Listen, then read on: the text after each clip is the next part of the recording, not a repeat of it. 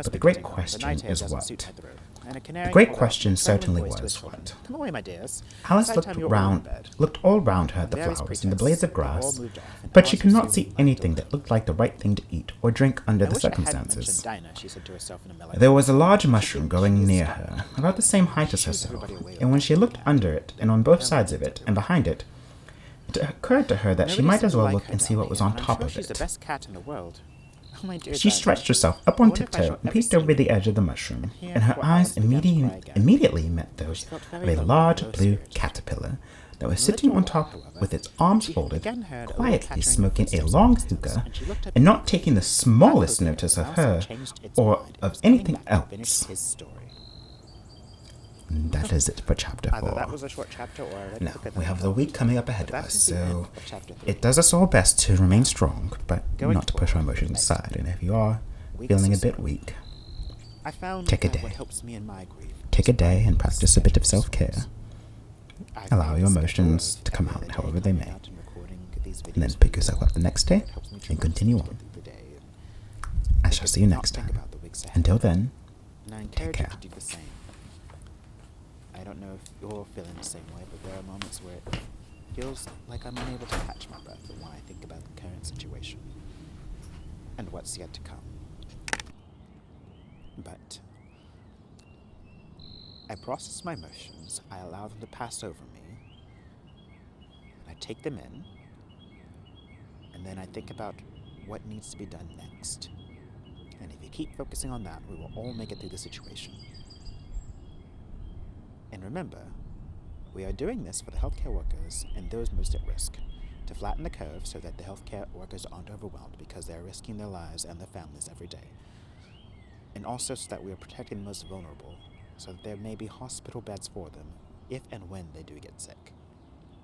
And that's all for the day, and I will see you shortly again soon. And thank you for joining me.